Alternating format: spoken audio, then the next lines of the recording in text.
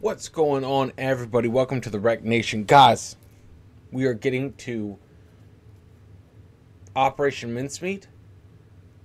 This is, okay, so when I typed in Operation Mincemeat, oh my god, you guys should see the outtake of the last video. That was nuts. Maybe I'll put that up as a blooper for you guys. But Operation Mincemeat, this came up like highly viewed underneath the results, right? It says the espionage masterstroke that turned the tide of war, true life spy stories. Guys, I rely on you guys to like point me in the right path. Let's say if I get to the wrong version of something, or there's a better version out there, please let me know via Instagram, Arius in the Nation, or in the comment section as well. I think Rumble is better with, at least you can post links.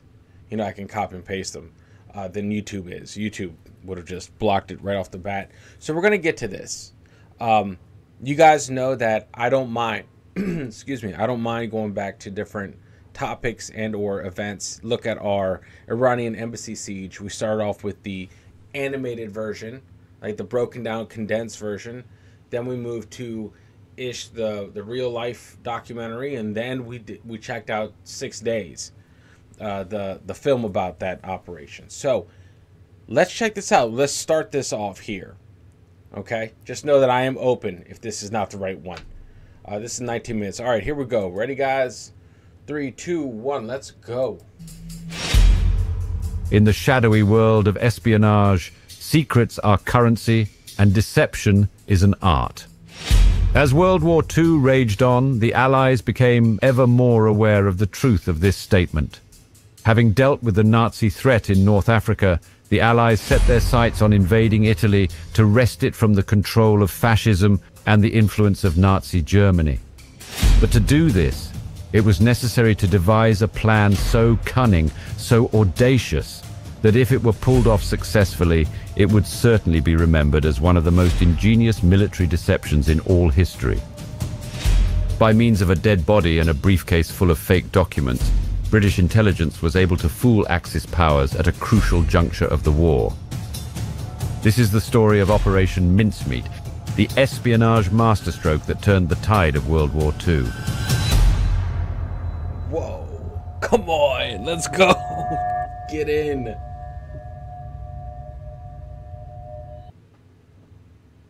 In 1943, the tide of the war in Europe was shifting in favor of the Allies. The Soviets emerged victorious at the Battle of Stalingrad in February 1943, and the Axis forces surrendered in North Africa at Tunisia in May 1943. There was still, however, much work to be done. At the Casablanca Conference, the Allied forces resolved to invade Sicily and the other Axis-controlled Mediterranean islands. An attack on southern Europe's soft white underbelly was the first step on the journey to liberate France and ultimately the rest of Europe. Thus was born Operation Husky, a large-scale invasion of the island of Sicily, which fell under the control of Axis powers Italy and Germany. The Allies were to face a formidable enemy in Sicily, as the Axis powers had heavily fortified the island with troops, artillery and aircraft.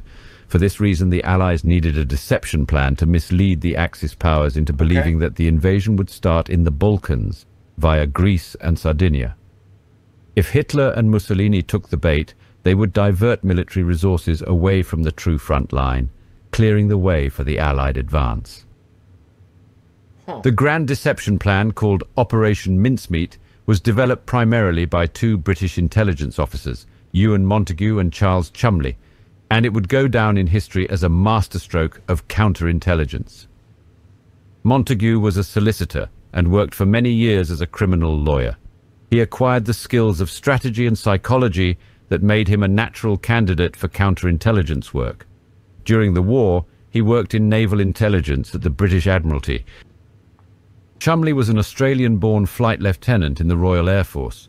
He was sent to work for MI5, Britain's domestic counterintelligence and security service, where he was responsible for the running of double agents. Montagu and Cholmondeley were assigned to work together to develop the ruse further. Operation Mincemeat was initially inspired by a memo written by Rear Admiral John Godfrey, the director of the Naval Intelligence Division, and his personal assistant Ian Fleming, who would later become famous as the creator of James Bond. The memo, known as the Trout Memo, compared the deception of enemies in wartime to fly fishing and contained a list of 54 ways in which an enemy may be deceived. The premise of Operation Mincemeat was simple, but its planning and execution was anything but. To convince the Germans and the Italians that the Allies were planning an invasion of Greece and Sardinia instead of Sicily, an elaborate ruse was concocted around a dead body carrying falsified documents. The corpse was to be made to appear as a high-ranking British officer who had tragically perished in a plane crash over the Mediterranean Sea. The ultimate goal was for the secret plans to then be discovered and for the false information they contained to find their way into enemy hands. Wow. The first challenge was to acquire a suitable body, which was a task easier said than done, even during the height of a global conflict when dead bodies were in no short supply. However, after the coroner for the Northern District of London was put on the lookout for a cadaver, the corpse of a homeless man named Glyndwr Michael was chosen. Michael's body had been found slumped over in an abandoned warehouse near King's Cross Station. He had died after eating bread that was laced with rat poison. Dead at the age of 34, poor Michael had no friends or family, or at least none that came forward to claim his body. His sad and lonely demise made him a perfect candidate for the operation. With the coroner's permission, Michael's body was preserved in dry ice and transported to the Naval Intelligence Headquarters. The next task was to create a credible persona for the fictitious officer. Wow. The corpse was given the identity of Captain Acting Major William Martin, a Royal Marine assigned to Combined Operations Headquarters. This rank was senior enough to make it believable that he would have been carrying sensitive intelligence documents on his person. To lend authenticity to this new identity, the intelligence officers meticulously crafted a backstory which was to be told in the form of pocket litter. This included a photograph of a pretend fiancée named Pam, personal letters, a receipt for a diamond engagement ring, a used bus ticket stub, and a letter from Lloyd's Bank demanding payment of an overdraft facility. The extreme attention to detail was crucial to the success of the operation. Any inconsistency could raise suspicion and jeopardize not only Operation Mincemeat, but the broader deception plans forming part of Operation Husky.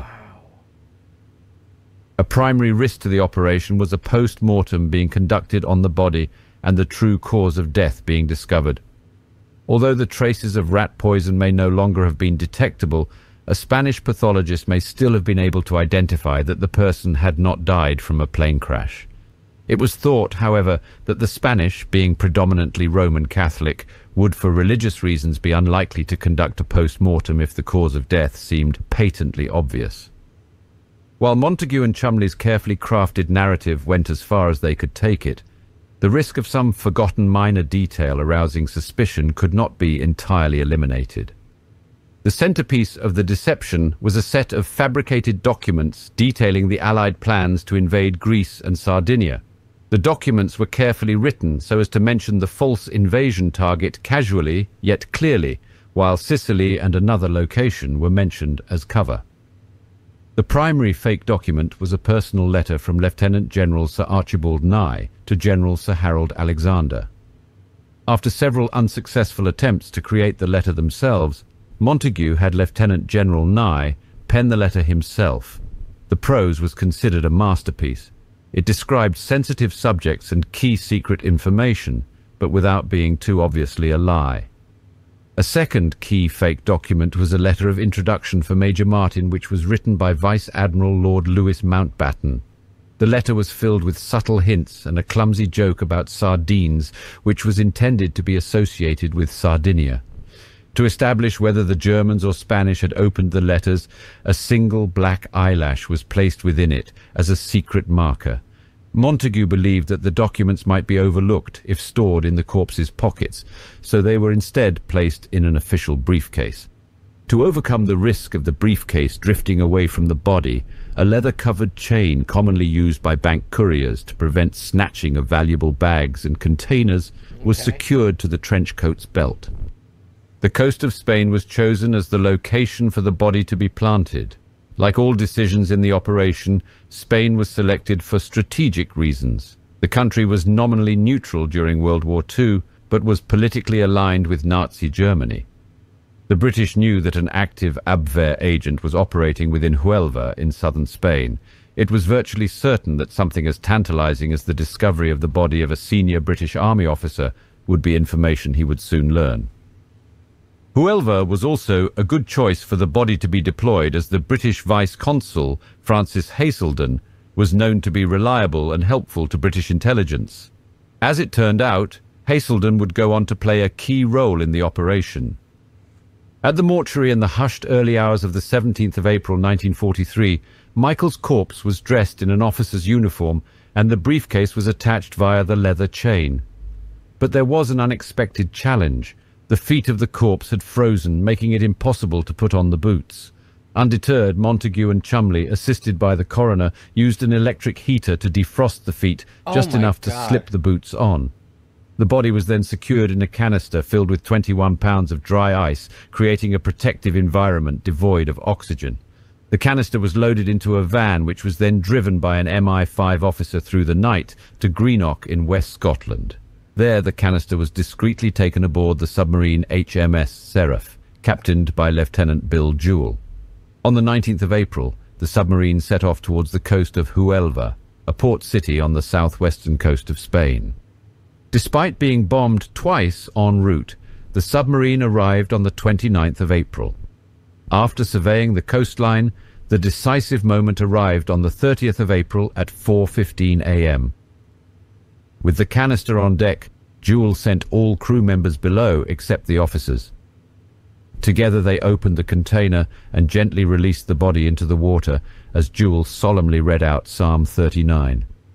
With their mission completed, Jewell sent a message to the Admiralty.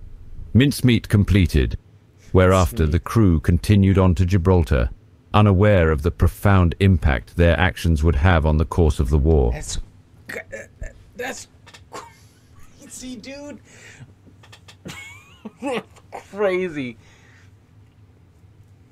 This is what happens when everyone can keep their mouth shut about something.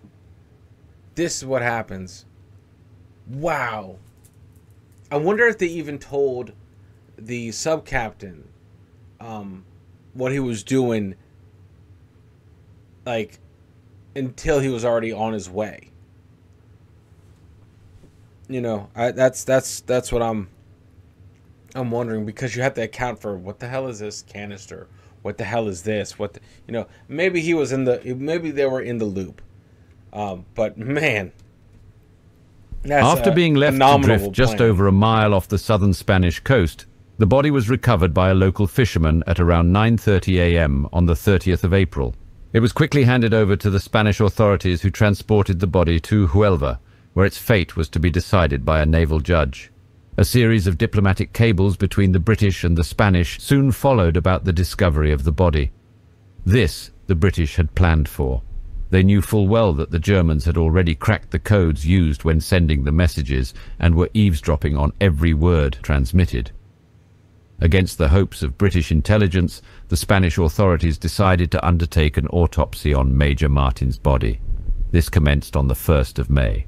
Fortunately, British Vice-Consul Francis Haselden was present at the event and managed to convince the Spanish doctors to cut short the examination, with the cause of death being certified as asphyxiation through immersion in the sea.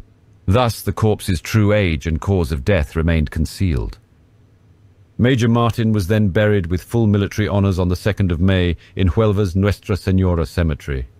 Although the documents contained in the briefcase were never actually given to the Germans by the Spanish authorities, the documents were secretly photographed by German sympathizers at the naval headquarters in San Fernando.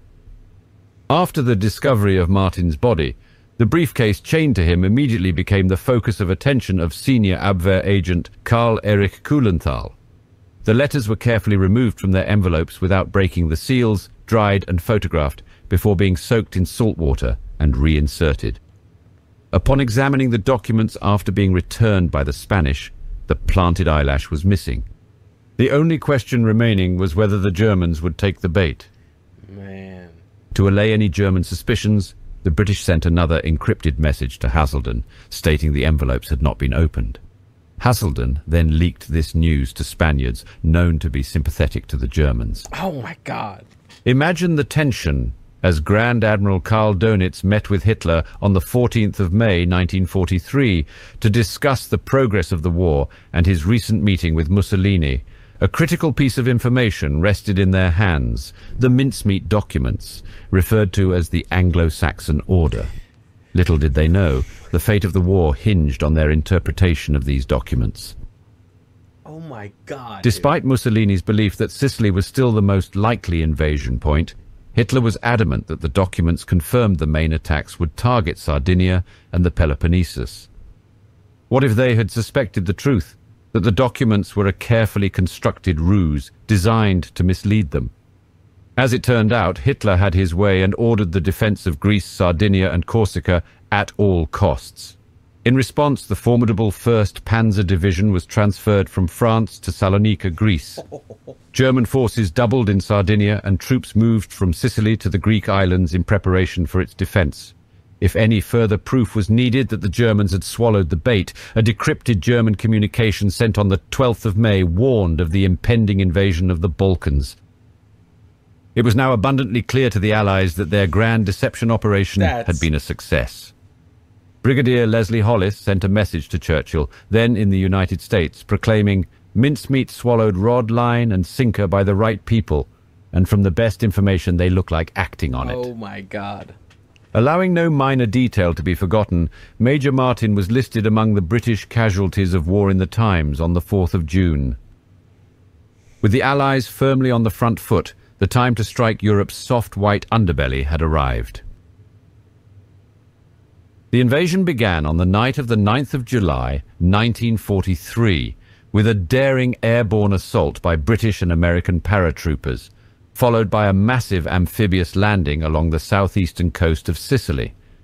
The initial landings were met with relatively light resistance, as the Axis forces had been caught off guard by the sudden arrival of the Allied troops. God, dude, by the time the German High Command realized their grave error, it was too late to change the course of the war.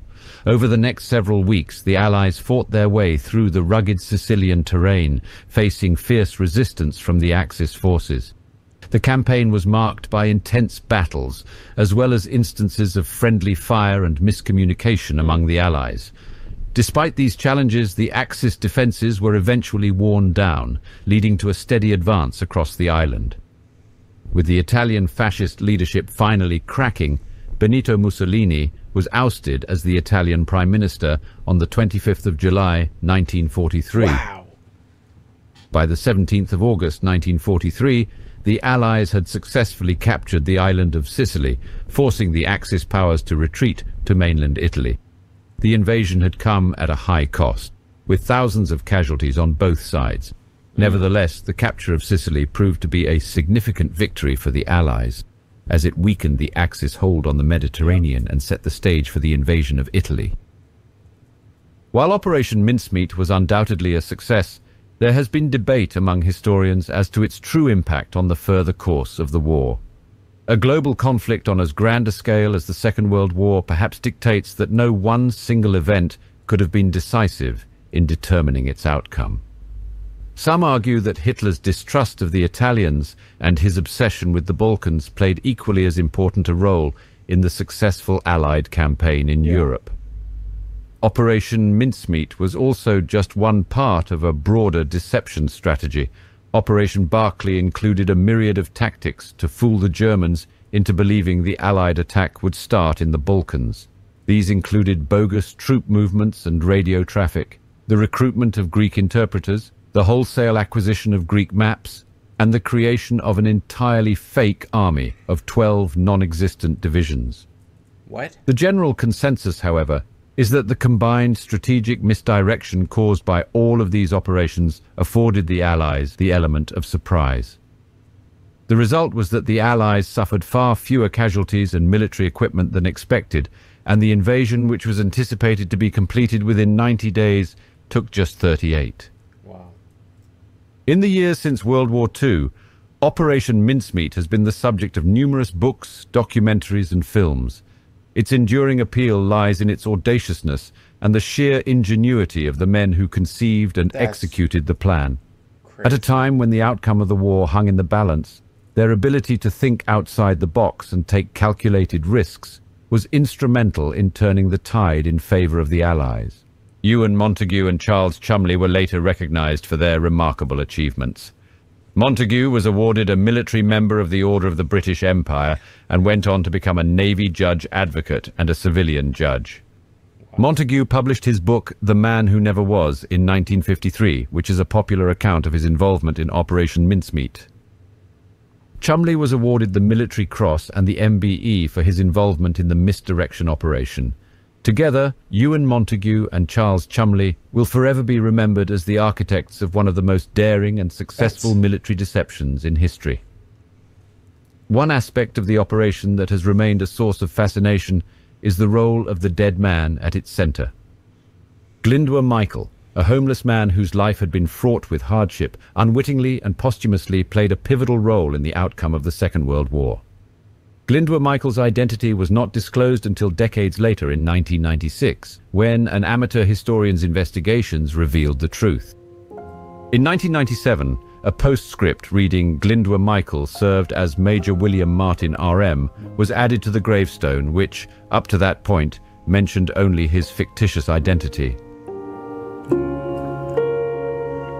That's awesome, man. That's awesome. What a misdirection. You know, but I get it. It's like it played perfectly. It played its part perfectly, along with the other misdirections going on and Hitler's obsession with the Balkans, and it was like the perfect moment for this thing to kick off, and it went off kind of without a hitch. You know, that, you know, you had like your counterintelligence and your misdirections, and, you know, the guy stepped in during the what is it called, the autopsy, right, when I think that's what it was, right, and they cut that short. All of that played in, so basically strengthening Hitler's tapping into Hitler's paranoia, or what he really wanted. He really wanted to bolster up the Balkans. They thought we were going to go Balkans and go there. It's just genius shit, man. And then we got freaking James Bond out of this whole thing. That's kind of cool. That's crazy, man. Just to be in that mental state to cook this up is amazing. These guys are legends. Those two dudes are legends. Everyone involved. You know what? I mean, think about that. I'm glad they got that man's name on his tombstone, on his gravesite, like his real name. You know?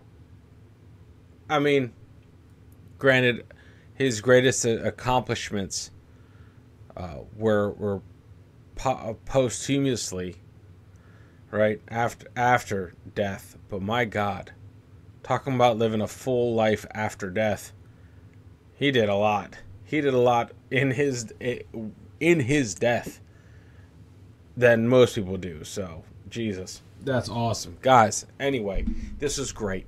Hope you guys enjoy this type of content, guys. Remember, we are chipping away at this Everest-sized mountain of content we have to get to, along with starting to slowly bring over some of our previous videos from Rec Nation on YouTube for the people that just join us on our journey here, that are, let's say, new, because we have new people coming into the community every day.